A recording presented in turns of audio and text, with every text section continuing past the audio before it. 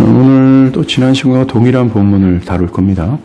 그리고 동일한 본문을 가지고 동일한 주제를 좀 언급을 할 겁니다. 뭡니까? 예수를 믿는다는 것이 무엇인지 그것을 한번 살펴보겠습니다. 지난 시간 우리가 본 것처럼요, 세례 요한의 두 제자가 있습니다. 세례 요한은 두 제자를 향해서 예수를 가리키며 보라, 세상 죄를 지고 가는 하나님의 어린 양이다 라고 말합니다. 그 말을 들은 이 두 제자, 요한의 가르침에 충실했던 이 두 제자는 지금까지의 세례 요한의 제도들, 또 세례 요한의 가르침들, 이것을 떠나고 예수를 뒤따릅니다. 우리는 이것을 보면서 예수를 믿는 자들에게는 그 전의 삶의 제도와 방향성을 떠나서 예수를 따르는 반응을 보인다는 것을 봤죠.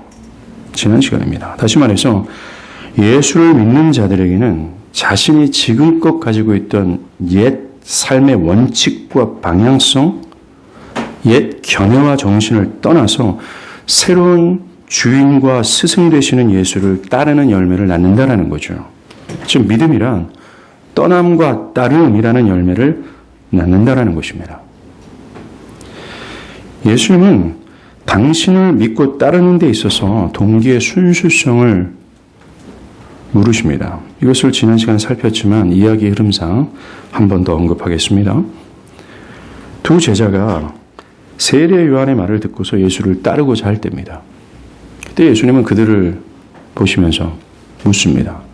얘들아, 너희는 무엇을 구하느냐?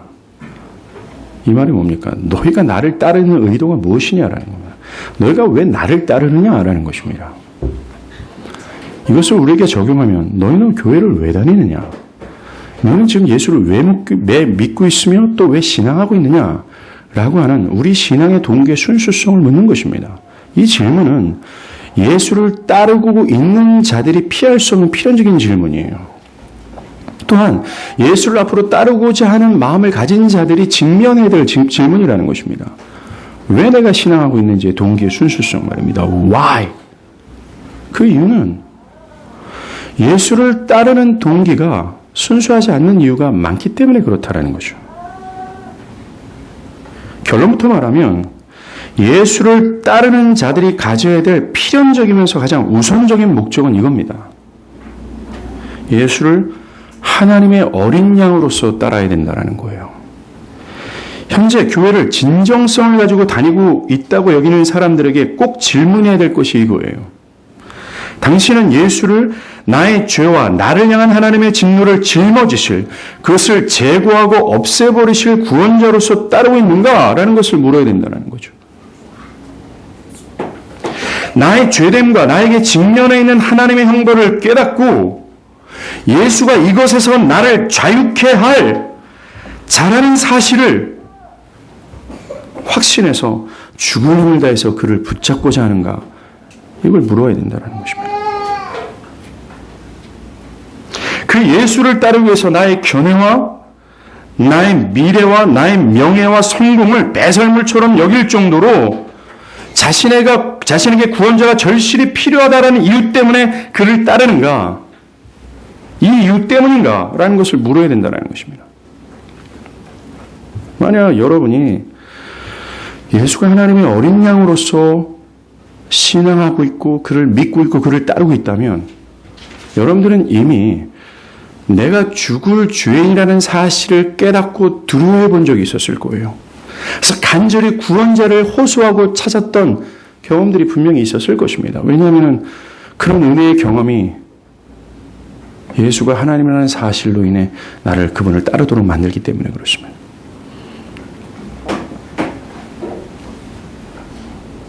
이것이 우리가 예수를 따르는 동기요 가장 우선이 되는 목적이 되어야 돼요. 여러분은 정말로 이런 이유 때문에 예수를 믿고 있고 따르고 있습니까? 아니면 오병이어 사건에서 벌어진 사람들처럼 자신의 소종의 목적을 성취하고자 예수를 도구로 이용하면서 따르고 있지는 않습니까? 내 육체의 건강과 성공과 미래의 안정과 내 심신의 안정과 나의 삶의 위로를 얻기 위하여, 즉 나를 위하여, 심지어 내가 저 정말로 두렵고 고통스러운 지옥 안 가고 영원토록 저 편안한 천국에서 기거하고자 내가 편안해지고 내가 영화롭게 되고자 하는 목적 때문에 예수를 뒤따르고 있다면 그것은 여러분들은 예수를 하나님의 어린 양으로서 믿고 따르는 것이 아니죠. 즉 성경에 부합된 신앙이 아니라는 것입니다.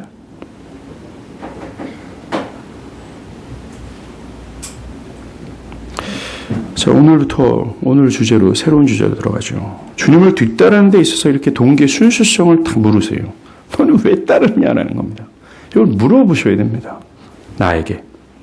곧바로 오늘 본문은 주님을 따라간다라는 것, 주님을 신앙한다라는 것이 구체적으로 무엇인지를 가르쳐 줍니다. 제가 이제부터 거론하는 것들은 예수를 믿는 자들에게는 없어서는 안 될 것들입니다. 또한 앞으로 예수를 믿고자 하는 분들이 사모해야 될 것들이라 할 수 있어요. 주님을 따른다라는 것의 첫 번째 의미는 주님과 함께 거한다라는 것입니다. 보겠습니다. 예수님이 두 제자에게 이런 질문을 했죠. 야, 너 무엇을 구하느냐? 왜 나를 따르려고 하느냐? 라는 거죠. 이 질문에 두 제자는 뭐라고 답합니까? 라고 질문합니다.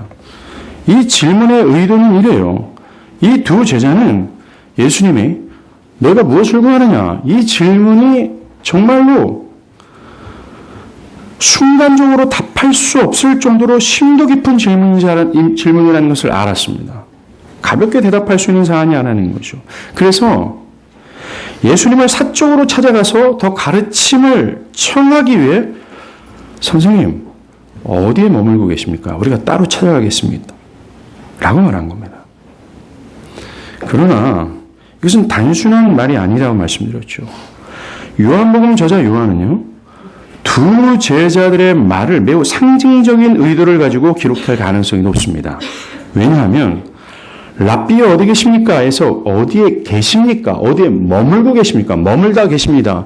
라는 동사로 사용했던 헬라어 단어 이 메노라는 단어가 요한복음에서는 매우 중요한 단어로 사용되었기 때문에 그래요. 머물다. 이 메노라는 단어는 요한복음에서 특별히 예수를 뒤따르는 자들과 관련돼서 거론들을 했습니다. 예를 들어서 요한복음 2장 12절에 그 후에 예수께서 그 어머니와 형제들과 제자들과 함께 가버나움으로 내려가셨으나 거기에 여러 날 계시지는 매노하지 아니하였다라고 얘기해요. 주님의 가족과 그를 뒤따르는 자들이 예수와 함께 거하는 것을 보여줍니다. 그리고 그를 믿었던 사마리아 사람들이 예수님께 이런 얘기를 해요. 요한복음 4장 30절입니다. 사마리아인들이 예수께 와서 자기들과 함께 유하시기를 매노 거하시기를 청하니 거기서 이틀을 유하시며 여기에서 주님을 믿는 자들이 예수와 함께 거하시는 것을 보여줘요. 이처럼 매노 거하다 머물다 라는 단어는 말입니다. 예수를 뒤따르는 제자들과 주님이 함께 거하는 것을 표현할 때 사용한 단어예요. 오늘 주님 어디에 머물고 계십니까? 어디에 매노하십니까? 라고 이제 막 주님을 뒤따르고 하는 자들의 질문 속에, 이 제자들의 질문 속에는 그들이 주님을 따르는 것과 주님과 머무는 것이 서로 상관관계가 있음을 말해주는 것입니다. 주님을 따르면 주님과 매노하게 된다는 거죠. 주님과 함께 한다는 것입니다. 우리는 이것을 마태복음의 주님의 마지막 명령 있죠. 이것을 통해서 확실히 알 수 있습니다. 여러분들이 잘 아는 구절입니다. 마태복음 28장 20절이죠. 내가 너에게 분부한 모든 것을 가르쳐 지키게 하라. 볼지어다 세상 끝날까지 너희와 항상 매노와 함께 있을 것이다. 라고 얘기합니다. 주님을 따른다는 것은, 주님이 제자가 된다는 것은 주님과 함께 머문다는 것입니다.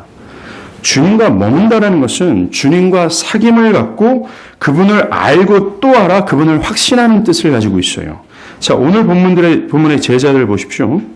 그들은 직접 주님이 거하시는 곳을 가서 받고 또 주님과 함께 머물게 됩니다. 그 결과 그들은 예수가 진짜 메시아임을 확신하게 돼요. 처음 주님에 대한 믿음보다 더 견고해졌고 주님이 그리스도 메시아이심을 확신하게 됩니다. 어떻게 하냐고요? 우리가 41절에 베드로 형제 안드레가 베드로한테 찾아와서 야, 내가 메시아를 만났어! 라는 기사를 통해서 알 수 있어요. 이렇게 주님과 머문다라는 것, 주님을 따른다는 것, 주님 머문다라는 것이죠. 주님과 머문다라는 것은 그분과의 사귐을 갖는 것으로서 그 사귐으로 예수가 그리스도 되심에 대한 확신이 더해지는 거예요. 시간 속에서 예수가 하나님의 어린 양으로서 나의 모든 죄와 형벌을 대신 짊어지시고 그것을 없애버리셨다는 진리가 더 견고해지는 겁니다. 그 결과 예수가 나의 영혼에 더 존귀케 되어지는 거죠. 그 은혜에 더 강력하고 그 은혜에 사로잡혀서 무한한 확신이 더해지는 거예요. 더. 그 주님의 영광에 매료되는 겁니다. 이것이 주님을 따른다는 것, 주님과 함께 거한다는 뜻입니다.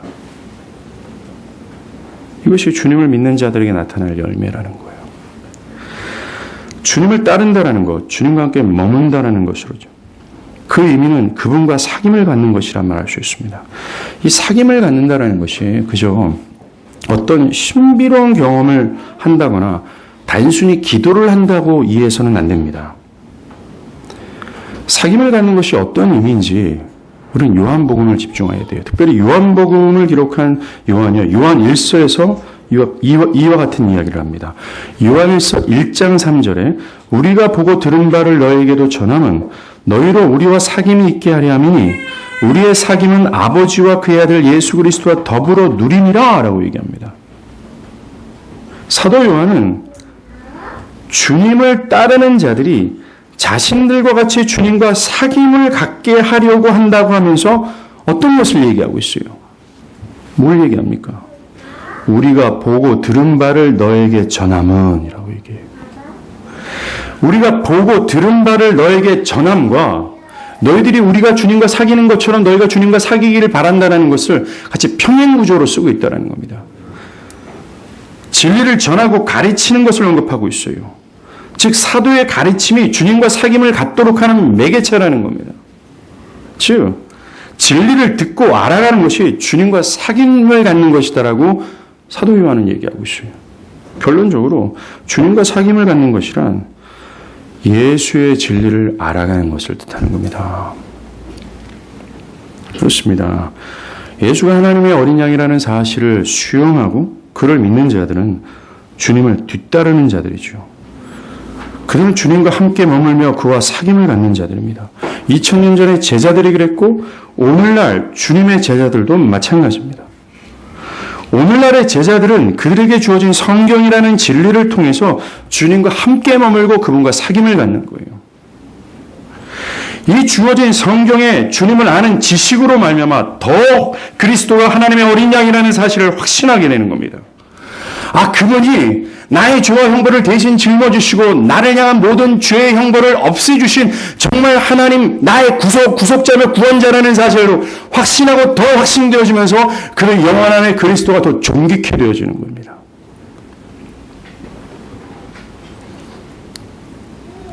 주님을 따르는 오늘날의 제자들은 주님을 그저 역사 속의 인물로 알지 않습니다. 그를 기독교 교리가 말하는 사변적인 인물로 알지 않아요. 그리고 예수를 그저 일요일에만 향하고 그를 매우 형식적이고 의식적인 예배를 통해서만 높이는 것이 아닙니다. 또 그를 그저 과거에 나의 마음과 삶에 영향을 끼친 분으로 알지 않습니다. 그들은 지금 현재 시점에서 지속해서 사도의 가르침, 즉 주어진 성경의 계시를 통해 이 진리로 그의 사역과 말씀과 존재로 인해 드러나는 영광이 매료되는 거예요. 매우 친밀한 나의 스승, 나의 주인, 나의 구원자로 여기는 겁니다. 그리고 그를 뒤따라가는 거죠. 이것이 주님을 따라간다는 첫 번째 의미입니다. 주님을 따라간다는 것은 우리에게 주어진 성경의 계시를 통해서 주님을 알아가는 거예요. 그 주님을 알아가고 알아가며 알아갈수록 그분의 영광스러움에 매료되어서 더 내 영혼에 그리스도가 존귀케 되어지고 그분의 은혜에 내 내면이 정렬해서 주님께 내 중심이 사로잡히는 것이죠. 이것이 주님을 믿는 자들에게 뒤따르는 열매이며 주님을 따라간다는 의미예요. 사랑하는 여러분, 우리가 진리를 통해서 그분의 영광에 매료되고 그분이 내 영혼에 내 내면에서 더 존귀케 되어지는 것, 이것에 이런 은혜가 있기 위해서 선행되어질 것이 있습니다. 뭡니까? 예수를 진짜 믿는 거예요. 예수가 하나님의 어린 양으로서 그 진리를 수용하고 진짜 믿는 겁니다. 그런 말미암아 내가 죄와 모든 형벌에서 자유케 되는 자가 되어야 된다는 거죠. 그런 자에게 주님을 알아가는 이 열매, 주님이 내 내면에 존귀케 되어지는 열매는 뒤따르게 될 겁니다. 진짜 제자, 주님을 진짜 따르는 자들은 주님과 사귐을 갖는 것에 분투하게 될 겁니다. 주님을 안다라는 것은요, 주님을 안다라는 것은 그저 내 주관적인 생각이나 어떤 자기 마음대로 추측해서 알거나 신비한 경험을 통해서 알아가는 것이 아닙니다. 우리는 예수와 사귐을 갖기 위해선 이 객관적 지식을 주관적으로 경험해야 돼요. 즉 성경이 토대가 되어야 된다는 겁니다. 즉 성경이 계시하는 예수를 알아가야 된다는 거예요. 우리의 주관적이고 경험적인 지식은 소용없습니다. 그러하게 우리는 예수를 계시하는 성경을 알아가는 일에 힘써야 돼요. 성경의 진리를 배우고 성경의 진리를 배우는 것과 예수를 뒤따르는 것은 별개의 사안이 아니라는 겁니다. 맥을 같이 하죠. 진리를 배워나가십시오. 주님을 따라가는 것은 곧 주님과 함께하고 사귐을 갖는 겁니다. 그것의 실제적인 지침이 이렇습니다. 주님과 함께 머물려 그분과 사귐을 갖는 것의 실제적인 지침. 여러분에게 허락된 모든 은혜의 수단을 사용하고 참여하는 것이라 할 수 있습니다. 공적 모임을 시작해서 주일 오전 예배, 오후 예배, 금요 예배, 주일 위모임, 성경 공부, 새신자반 등등을 참여하는 것을 의미합니다. 이것이 실제적인 지침이라 할 수 있어요. 이것에 참여해서 선포되는 말씀을 듣고 나누고 배우고 기도하는 겁니다. 그리스도의 몸이라고 할 수 있는 교회와 함께하는 거예요. 그리스도와 함께 교제하고 그를 아는 지식으로 자라가기 위해 그리스도의 몸된 교회와 함께하고 그것의 가르침을 받는 것, 이것은 필연적인 겁니다. 여러분들이 그리스도를 따라가는 것과 교회와 하나 되는 것을 분리해서 생각해서는 안 된다는 거예요. 왜요? 그리스도가 현재적 시점에서는 교회이기 때문에 그래요. 에베소 1장 마지막 구절에 우리가 이것을 듣지 않았습니까? 그리스도와 교회의 몸이라고 말하죠. 그래서 어떤 신학자는 교회를 성육시하신 예수다라고까지 표현했다라는 겁니다.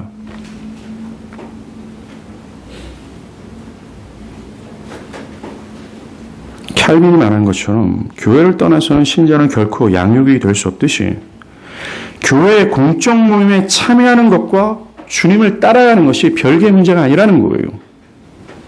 이것에 충성하지 않는다면 그저 입으로 주님을 따르는 격이 됩니다.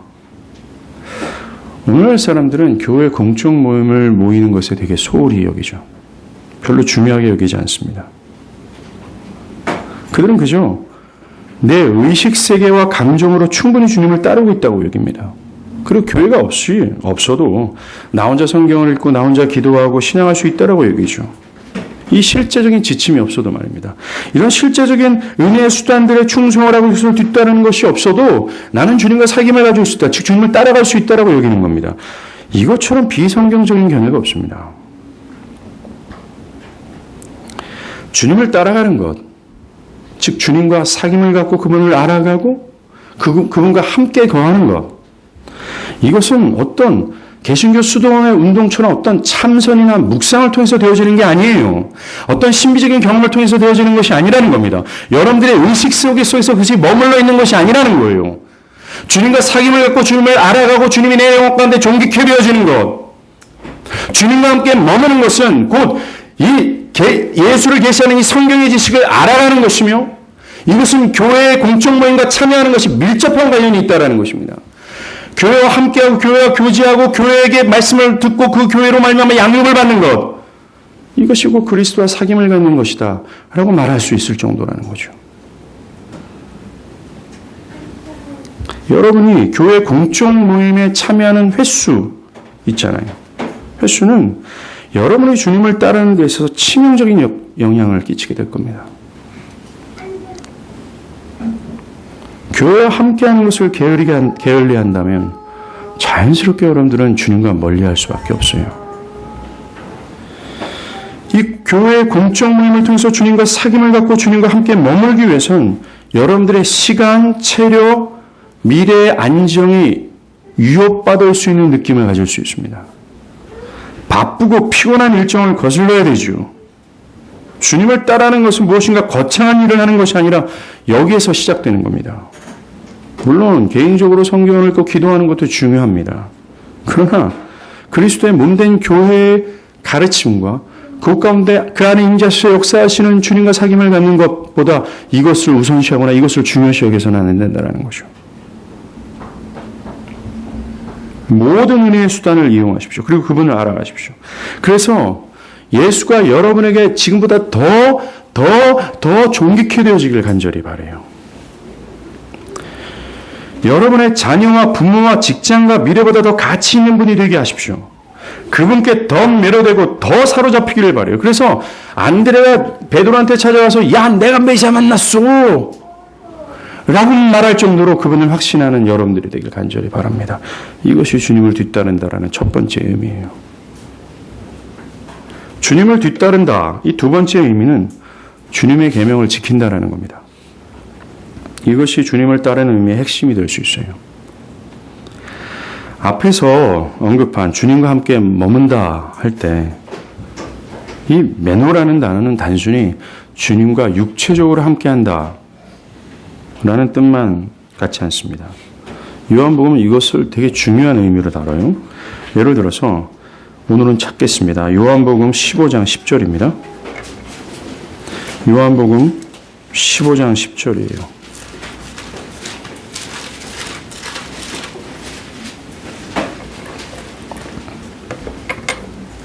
제가 읽을게요.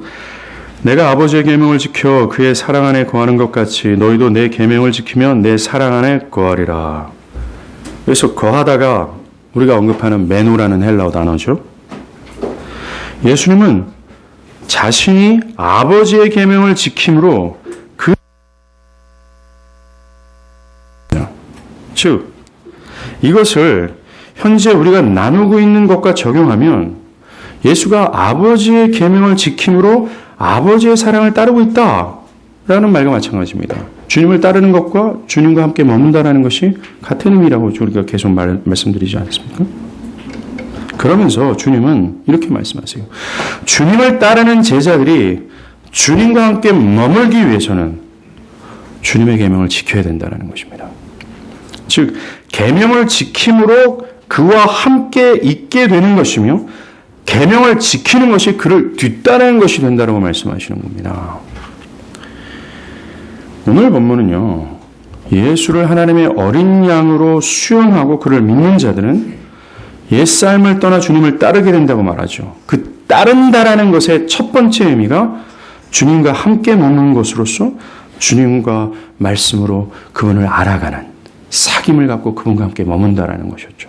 두 번째는 그를 아는 지식이 그저 사변화되거나 그를 아는 지식이 그저 내면에만 머물러 있는 것이 아니라 그 아는 지식을 실제적으로 지키는 것이라고 얘기합니다. 따른다라는 의미 두 번째 의미가 말입니다. 주님의 계명을 실제적으로 지키는 것이 주님을 따른다라는 의미가 된다라는 거죠. 주님을 따르는 것은 그리스도의 계명을 복종하는 것을 통해서 실현돼요. 요한복음 14장 23절에서도 얘기합니다.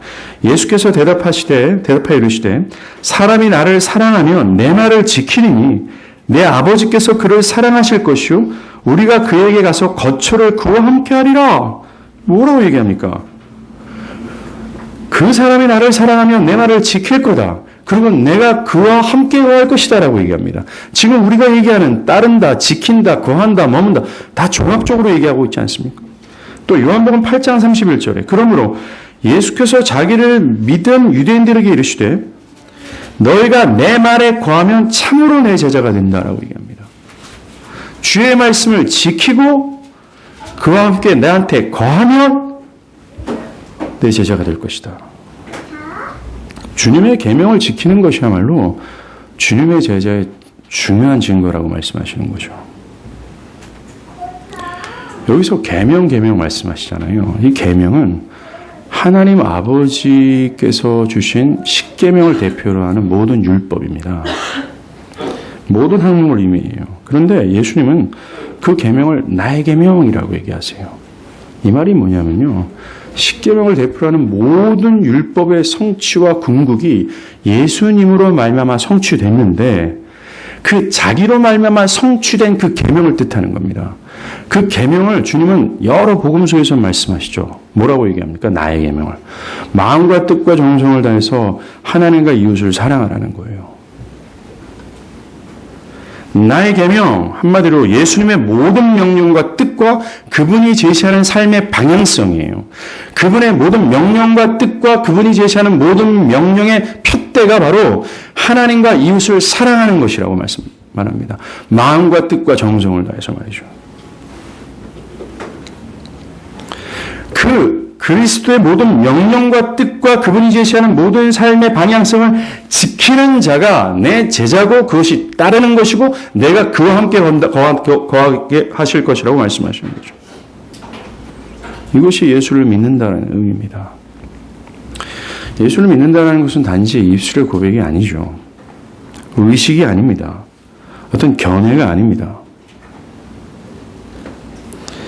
그리고 예수를 믿는다는 것, 기독교의 믿음은 자기 임의대로 어떤 것을 설정해서 그것을 따라 신앙하는 것이 아닙니다. 내 스타일대로, 내 방법대로 예수를 섬기는 것이 아니라는 거예요. 오늘날 기독교 신앙을 매우 주관적으로 판단해도 된다는 의식이 굉장히 사람들에게 뿌리 박혀 있어요. 내가 생각하는 믿음은 이건 거야. 내가 생각하는 신앙은 이런 거야. 내가 생각하는 예수를 믿는다라는 것은 이런 거야. 각자의 주관에 따라 설정해서 그거를 뒤따른다라는 거죠. 근데 말입니다. 저와 우리에게도 그런 의식들이 있다라는 겁니다. 어떤 사람들은 그저 자신이 어릴 적부터 교회에 소속되어 있다는 이유로 나는 예수를 믿는다라고 주장을 합니다. 또 어떤 사람들은 자신이 어떤 특정한 체험들을 했어요. 아주 열렬하든 신비스럽든 그 체험을 했다는 것으로 자기가 믿는다고 주장을 합니다. 또 어떤 사람은 자신의 견해가 예수를 동의했고 그 뜻을 좋아한다는 것으로 예수를 믿는다라고 주장하죠. 난 세례를 받았고 현재 종교활동을 한다는 이유로 나를 예수를 믿는 자라고 주장을 합니다. 사람들은 상당히 주관적으로 판단하고 주관적으로 이 기독교 신앙을 생각해요. 주님을 따르는 것, 주님을 믿는 것, 다 자기 식대로라는 겁니다. 아닙니다. 제가 설교 첫 부분에 언급을 했죠. 우리는 성경이 말하는 예수를 믿어야 된다고요. 성경이 너희는 이런 예수를 믿어야 돼 라고 한 그 예수를 믿어야 되는 거예요. 요한복음 서두에서 예수를 가리켜서 하나님의 어린 양이야 저분이. 그 예수가 하나님의 어린 양이기에 너희들은 예수를 하나님의 어린 양으로서 믿어야 돼 라고 말하는 거나 마찬가지예요. 즉 너의 모든 죄와 너희가 직면하는 모든 형벌을 없애실 분으로 그분을 붙잡아야 돼 라고 얘기하는 겁니다. 내가 상상하고 내가 만든 예수가 아니라 성경이 말하는 그를 믿고 따라가야 된다는 거예요. 우리는 우리의 이 사고의 세계 속에서 내가 임의대로 설정하고 형상화한 예수가 얼마나 많아요. 예수는 이럴 것이다라고, 예수는 이러한 분이라고. 내가 만들고 형상화한 예수를 믿고자 정말 열렬하게 불태우지 않습니까? 우리는 성경이 말하는 예수를 믿어야 돼요. 이게 선행되어야 됩니다. 그런 것처럼 예수를 따라간다라는 것의 의미도 마찬가지라는 거예요. 예수를 믿는다, 예수를 신앙한다, 교회를 다닌다. 이것이 각자가 설정한 길이 아니라는 겁니다. 자기 방식대로가 아니라는 거죠. 주님을 따라가는 것은 객관적 지식이 말하는 대로 지키는 겁니다. 주님이 이미 말씀하시고 지시하신 그분의 뜻에 따라가는 것을 뜻하는 거예요. 바울은 에베소서 4장 13절에 이렇게 얘기합니다. 우리가 다 하나님의 아들을 믿는 것과 아는 일에 하나가 되어 온전한 사람을 이루어 그리스도의 장성한 분량에 충만한 데까지 이르르니 라고 얘기해줘.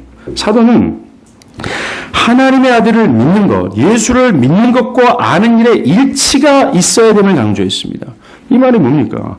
예수를 믿는다라는 것이 각자의 견해나 뜻에 따라 믿는 것이 아니라 진리가 말하는 것에 따라 믿고 진리가 지시하는 것에 따라 믿어야 된다는 거예요. 성경이 제시하는 예수를 자기가 설정하는 것, 야, 예수가 왔으니까 니네 마음대로 한번 믿어봐봐. 니네 방식대로 한번 믿어봐봐. 니네 견해가 만든 신앙으로 한번 가봐. 라고 말하는 게 아니라 예수가, 성경이 제시하는 예수를 성경이 제시하는 신앙의 길에 따라 성경이 명령하는 뜻에 따라 믿어야 된다라고 얘기를 하는 겁니다. 그것이 일치가 있어야 된다라고 얘기해요. 그것이 참된 것입니다. 만약에 성경이 제시하는 예수를 지금 우리가 얘기하는 뒤따라간다는 의미, 그분과 머문다라는 것, 그분의 계명을 지키는 것, 이것을 망각하고 자신의 견해에 따라 자신의 주관에 따라 믿는다라는 것은 참된 것이 결코 안 됩니다. 이것은 믿음이라 말할 수 없죠. 그건 자기 종교에 불과합니다. 사도 바울은 이것을 갈라디아서에서도 강조했어요. 갈라디아서의 유대인들은 매우 종교적으로 열심히 있었고 또한 삶에서 정직하고 진실하기까지 했습니다. 그런데 바울은 이들을 향해서 이렇게 얘기해요. 내가 증언하노니 그들이 하나님께 열심히 있지만 올바른 지식을 뒤따른 게 아니다라고 얘기합니다. 유대인들이 가지고 있던 종교적 열심, 진실됨이 올바른 진리의 토대가 아니었다라는 거예요. 올바른 진리를 따른 것이 아니었다라는 겁니다. 그들의 열심, 진실함, 매우 열렬했어도 그것이 참된 지식이 뒤따른 것이 아니라 그저 자신들이 만든 길, 자신들이 만든 방식이었다라는 겁니다. 오늘날 사람들의 문제가 이거죠. 사람들은 참된 진리와 무관하게, 즉 성경에 계시하는 예수를 예수가 요구하는 뜻에 따라, 예수가 요구하는 방식에 따라 그를 믿고 신앙하는 것에 대해서 전혀 무관하게 생각하는 거죠. 그리고 그냥 진실하게 열심을 품고 무엇을 하면 별 큰 문제가 없다고 생각합니다. 만약 어떤 사람이 굉장히 순박하고 거짓없이 열정을 다한다면 그것이 옳은지 그른지 신경을 별로 안 씁니다. 오늘날 교회 안에서 진실하고 야, 저 사람 정말 진실 있는 사람이야. 욕심도 별로 없고 열정적으로 일하는 사람에 대해서는 구원조차 의심하지 않는 풍토가 오늘날입니다. 참된 신자로 여길 정도죠. 그 사람이 11조를 정직하게 하고 매사에 진실성을 갖고 교회 봉사가 특심을 가지면 그를 진실한 신자로 여긴다는 겁니다. 심지어 그 안에 진리가 있다라고 여기는 거죠. 성경이 말하는 이 계명을 지키는 이 바른 진리, 이거는 별로 신경을 안 쓰는 겁니다. 이게 유대인들의 오류였어요. 사람들은 자신이 갖고 있는 열정과 진실함을 진리라고 착각을 합니다. 그러나 목표와 방향이 틀린 거예요. 만약에 참된 진리를 뒤따르는, 참된 지식을 지켜나가고 그것을 따르는 신앙, 믿는 것이 아니라면 그것이 아무리 열렬하고 진실하고 진솔하고 순박하다 할지라도 그것은 결코 믿음이 아닙니다. 그것을 통해서는 절대로 생명을 얻을 수 없다는 거죠. 요한복음 20장에서 얘기하는 거 있잖아요. 너희가 하나님의 아들 예수가 그리스도이심을 믿어 생명을 얻게 하려 함이라라고 얘기하잖아요. 그 믿음이 오늘 우리가 나누고 있는 거예요. 이 믿음이 아니라면 생명을 취할 수 없다라는 것이죠. 우리는 주님을 따른다라는 것이 주님의 계명을 지키는 것으로 알아야 됩니다. 진리를 뒤따른다라는 거죠. 나의 견해도 개인이 설정한 것이 아닙니다. 주님을 뒤따르기 위해서는 먼저 나의 견해나 나의 설정한 것이나 오랜 교회 생활을 통해서 형성된 가치관들이 있잖아요.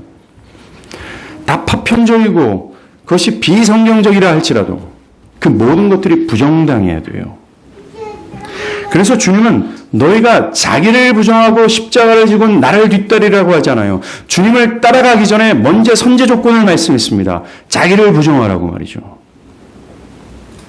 다 클린업돼야 된다는 거예요. 내 견해.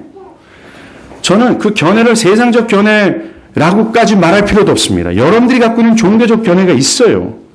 교회를 향한 견해가 있습니다. 신앙에 대한 생각이 있고 나름대로 형성한 가치관이 있어요. 다 경험을 토대로 하는 겁니다. 그것이 비성경적이든 성경적이든 말입니다. 그것이 여러분들의 진리가 됐어요. 그것이 갈라디아에서 바울이 지적하는 유대인들의 오류였다라는 겁니다. 그들의 신앙적 경험, 어떤 전통, 그것을 토대로 형성된 그들의 가치관이 그들의 진리라고 확신했던 거예요. 그들은 그 뒤를 따른 것 뿐입니다. 결국은 망했잖아요.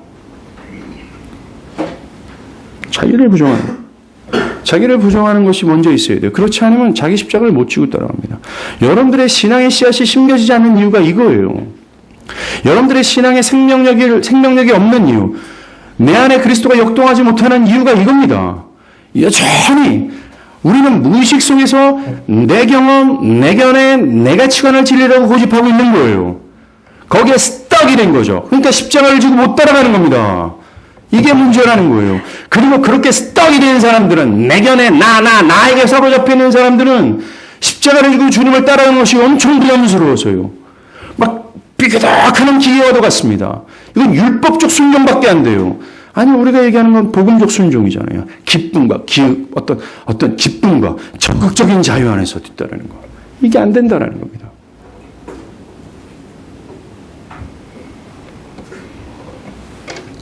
이게 내려줘야 돼요. 우리는 나의 신앙의 형태 또는 나의 모든 견해가 성경이 말하는 진리와 일치가 되는가? 이거 물어봐야 됩니다. 안 그러면 큰 낭패입니다. 제가 목회하면서 정말 화석처럼 굳어있는 사람들의 문제가 이거라는 걸 발견했어요. 근데 오늘 본문이 이걸 말해줍니다. 우리는 진리가 말하는 것에 따라 믿지 않음으로 패망한 이스라엘을 잘 압니다. 우리 주변에 각자의 견해대로 기독교 신앙을 판단하는 사람들이 얼마나 많아요. 여러분도 그렇지 않습니까? 매사가 자기 생각대로 매우 주관적으로 판단합니다. 이것이 과연 성경적인가? 내가 지금 옳은 길을 가고 있는가? 이것이 과연 성경적으로 옳은가? 그걸 묻지 않습니다. 그냥 순간적으로 드는 가치관으로 모든 것을 판단해버리죠. 기독교 신앙까지도 우리는 여기서 돌이켜야 됩니다. 우리는 무엇을 따라야 하는지를 먼저 알아야 돼요. 먼저 아까 말한 것처럼 주님을 아는 지식, 그를 통해서 주님과 사귐이 있어야 돼요. 그분과 머물러 있어야 됩니다. 그런 이유에 그 지식이 말하는 것을 지켜나가야 돼요. 그것을 행하는 겁니다. 아는 것과 지키는 것, 이 두 가지는 결국 하나죠. 이 하나가 바로 주님을 믿는 자들에게 나타나는 열매라는 거예요. 주님은 그들을 향해서 이걸 요구하는 겁니다. 여러분들에게는 이게 있습니까? 주님을 따라가는 것, 신앙한다는 것은 우리가 이야기한 것을 토대로 생각하면 이 자기중심성이 강화된 사람들에게는 절대로 순종할 수 못하는 것이 됩니다. 불가능한 거죠. 진리를 알고 진리가 말하는 대로 신앙하기 위해서는 아까도 말한 것처럼 내 모든 것이 부정당해야 되기 때문에 그래요. 나는 틀렸다고 인정하는 것이 있어야 되기 때문에 그렇습니다. 그렇기 때문에 자기를 주장하고 자기를 고집하는 사람들이 있잖아요. 절대로 주님 따라가지 못합니다. 주님 따라가는 걸 싫어하죠. 저는 여러분들의 게으름을 얘기하는 게 아닙니다. 저는 여러분들이 죄를 사랑하는 것 때문에 얘기하는 것이 아닙니다. 저는 여러분들의 내면하는 견해와 정신과 가치관을 겨냥하고 있어요. 그 견해와 정신과 가치관은 여러분의 모든 행동 양식들을 결정해내고 여러분의 삶의 방향성들을 다 구축하게 합니다. 요게 무너져야 돼요. 요게 무너지는 게 회심이고 중생이며 주님을 믿는 거다라고 말하는 겁니다. 자기중심성이 강화된 죄인들로서 주님을 따라가는 것은 굉장히 부담스럽죠. 자기 마음대로 살고 싶어하는 자들에게는 매우 거북스럽게 느껴지는 것이 맞습니다. 나는 내 마음대로 살고 싶은데 내 마음이 아니라 내 견해가 아니라 이렇게 저렇게 해야 돼 라고 말하니까요. 마지막으로 주님을 뒤따른다라는 의미 세 번째죠. 이것은 나 개인의 변화를 말합니다. 오늘 본문은 시몬이 베드로라는 이름을 바뀌는 것을 통해서 우리에게 전해줘요. 예수님께서 거하시는 곳에 함께 있었던 안드레는 예수님이 메시아임을 확신합니다. 그리고 자기 형제 베드로에게 찾아가죠. 그리고 말합니다. 야, 내가 메시아를 만났어. 내가 메시아를 만났어 라는 이 말의 의미 속에는요, 자기 형제 베드로도 자기랑 똑같이 예수를 따라가기를 바란다라는 거예요. 42절에 데리고 예수께 오니 예수께서 보시고 이르시되 네가 요한의 아들 시몬이니 장차 게바라 하리라 하시니라. 게바는 번역하면 베드로라. 고대 문화 속에서요, 사람의 이름은 그 사람의 특징, 어떤 특성을 뜻합니다. 그의 그됨을 말해준다라는 거죠. 이름이 말입니다. 그런데 예수님은 시몬의 이름을 베드로로 바꿔버리세요. 이것은 그의 특성, 그의 그됨을 바꿔버렸다라는 겁니다. 구약시대에서도요, 하나님은 자주 사람들의 이름을 바꾸세요. 그것은 그들이 특별한 부르심을 받았다라는 것을 가리킵니다. 즉, 베드로는 지금 특별한 부르심을 받았다라는 것이 되고, 전과는 다른 사람이 되었다라는 거예요. 이름이 바뀌었다라는 사실이 이걸 알려주는 겁니다. 중요한 사실은 어떤 사람이 다른 사람에게 이름을 딱 바꿔준다 할 때, 이름이 바뀜을 당한 사람에게 이 사람은 권위자가 된다는 겁니다. 따라서 지금 예수님이 시몬의 이름을 베드로로 바꾸셨잖아요. 이것은 베드로에게 예수님이 권위자가 된다는 겁니다. 이겁니다. 이것이 예수님을 뒤따르는 자들에게 나타나는 변화의 열매라는 거예요. 시몬이 베드로로 이름을 바뀌는 것처럼 주님을 뒤따르는 자들은 그 전과는 다른 사람이 된다는 것을 의미합니다. 이것이 주님 뒤따른다라는 거예요. 구체적으로 이겁니다. 그전엔 자기의 중심성을 가지고 자기가 자기의 권위자가 됐단 말입니다. 그런데 예수를 하나님의 어린 양으로 믿고 따르는 자들은 더 이상 자기가 자기의 권위자가 되는 것이 아니라 뭐가 되는 거예요? 예수가 자신의 권위자가 되는 거예요. 이게 변화입니다. 그래서 그의 말씀에 복종하며 기꺼이 복종하는 것이 기쁨이고 당연한 것처럼 여겨지는 거죠. 저희는 자기가 주인이었는데 이제는 그분이 주인이 되는 거예요. 여러분의 주님을 믿고 뒤따른다고 한다면 뒤따라야 될 변화가 이겁니다. 필연적이고 공통적인 거예요. 누구는 이렇게 될 수 있고 누구는 저렇게 될 수 있고 누구는 아닐 수 있다는 얘기를 하는 것이 아닙니다. 지금 요한복음 1장에서 제시하는 이 세 가지 뒤따른다라는 의미, 믿는 자에게 나타나야 될 반응, 이 뒤따름의 이 세 가지 의미는 각각의 연결성을 가지고 있을 뿐만 아니라 주님을 믿고 뒤따르는 자들에게 나타날 필연적인 변화의 열매예요. 그런데 이것은 나는 첫 번째 사안은 나타났지만 두 번째는 나타나지 않았습니다 라고 말할 수 없는 하나라는 것이며, 주님을 뒤따르는 모든 사람들에게 공통으로 나타나야 될 열매라고 요한복음은 강조하는 거예요.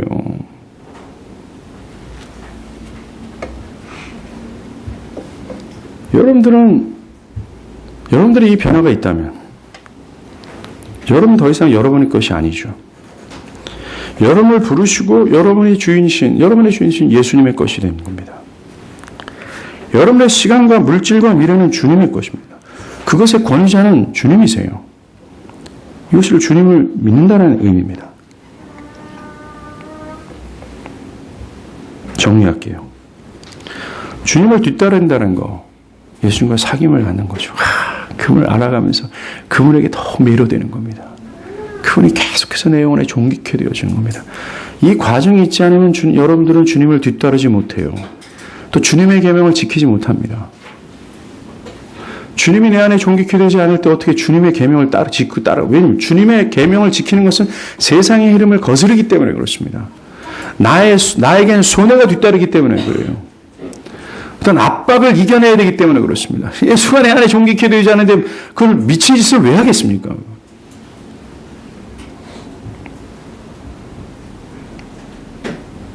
그리고 세 번째가 자기 중심성에서 주님이 나의 권위자가 되는 변화가 필요해요. 이게 기독교 믿음입니다. 어떤 분들은 지난 시간과 오늘 기독교 믿음에 대해서 얘기를 들을 때 좀 힘들게 느껴질 수 있습니다. 저렇게 힘들게까지 예수를 믿어야 되나? 너무 부담스럽다 라고요. 정말 잘 이해한 겁니다.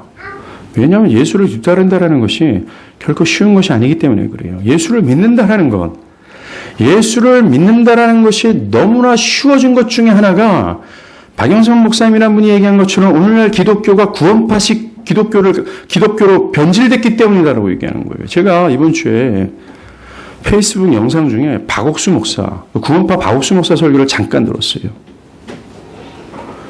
계속 들은 건 아니고 짧은 영상을 봤습니다.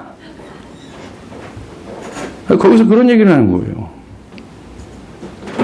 예수를 믿으면 더 이상 주여 죄인이 여기 왔습니다. 나의 죄를 용서해 주세요라고 할 필요가 없다라고 얘기해요. 어떤 죄의식도 가질 필요 없다라고 얘기하는 겁니다. 예수를 믿음과 동시에 우리는 어떤 죄에 대해서 부담도 가질 필요가 없다라고 얘기해요. 이게 구원파 얘기입니다. 그런데 오늘날 현대 교인들의 교회 안에 있는 사람들이 갖고 있는 의식들 아닙니까? 어떤 죄와 분투하며 싸우는 것들에 대해서는 다 묵인시켜버리는 거예요. 그리고 충격적인 건 예수님은 우리를 진짜 의인으로 만들기 때문이다라고 얘기해요. 여러분들이 예수를 믿는다면 여러분들이 정말 의인입니까? 우린 정과된 의로 말미암아 의롭다 여김을 받는 것뿐이죠. 파식 교리는 제가 지금 말씀드리는 의도는 이겁니다. 예수를 뒤따르는 것이 어떤 부담도 없는 거죠. 예수를 뒤따르는 것이 굉장히 easy way로 만들어버렸다는 겁니다. 오늘날 사람들이 그런 의식 속에 있었던 사람들이 성경에 지금 요한이 계시하고 있는 믿음에 대해서 얘기 들을 때 어렵다, 부담스럽다, 힘들다라고 느끼는 건 당연한 겁니다. 너무나 설교를 잘 이해한 거예요. 2000년 전에 주님을 따르는 제자들은 주님을 뒤따른다라는 이유 때문에 목배임을 당했어요. 자신의 사업에 소년을 입었고 처자식과 헤어지는 일들이 있었습니다. 고난과 환난과 핍박이 뒤따랐어요. 그것을 감수하면서까지 주님을 뒤따랐다라는 겁니다. 세상의 억센 흐름을 거스르면서까지 그 생명 대신 그리스도를 뒤따르는 거예요. 그렇다면 오늘날 그때의 기독교하고 지금 기독교가 다른 겁니까? 그때의 교리하고 지금 교리하고 다른 거예요? 똑같잖아요. 근데 한 가지 팁이 있습니다. 정말 어렵다, 부담스럽다 라고 하는 분들이 정말 그리스도를 하나님의 어린 양으로 믿고 수용하며 그분을 아는 지식으로 자라나 그분이 그 영혼 가운데 존귀케 된다면 그리스도를 뒤따르는 것이 가장 이 세상에서 쉽고 기쁨이며 달콤한 것이 되게 될 거예요. 우리가 주님을 뒤따르고 부담스러워하는 이유는 성경적으로 신앙하는 이유가 너무나 어렵다는 이유는 내 안에 그리스도가 존귀케 되지 않았기 때문에 그렇습니다. 여전히 주님을 뒤따르는 것보다 세상에 흡착돼서 세상의 쾌락과 세상의 방향성을 따라가는 것이 그에겐 달콤하고 기쁨이 되기 때문에 그래요. 주님께서 우리에게 제시하는 길은 그 신앙의 길은 믿음의 길은 가장 기쁨이고 달콤한 것이 됩니다. 하나님은 선하시기에 우리에게 가장 선하신 길을 제시하는 것뿐이에요. 근데 우리의 죄악이 주님이 제시하는 길을 악하게 만드는 거죠. 부담스럽다, 어렵다라고 말입니다. 여전히 그가 그리스도 되심을 못 보는 거죠. 여전히 그에게 가장 존경하는 것은 세상의 성공이란 말입니다. 미래에 안정된 삶이라는 거죠. 그것이 그 사람의 목표가 된다면 주님이 야, 너 무엇을 원하느냐? 라고 할 때 그 사람의 원함이 바로 그런 거라면 결코 주님을 뒤따를 수 없습니다. 바랍니다.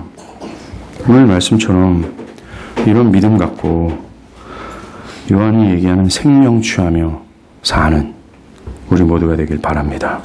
기도하겠습니다.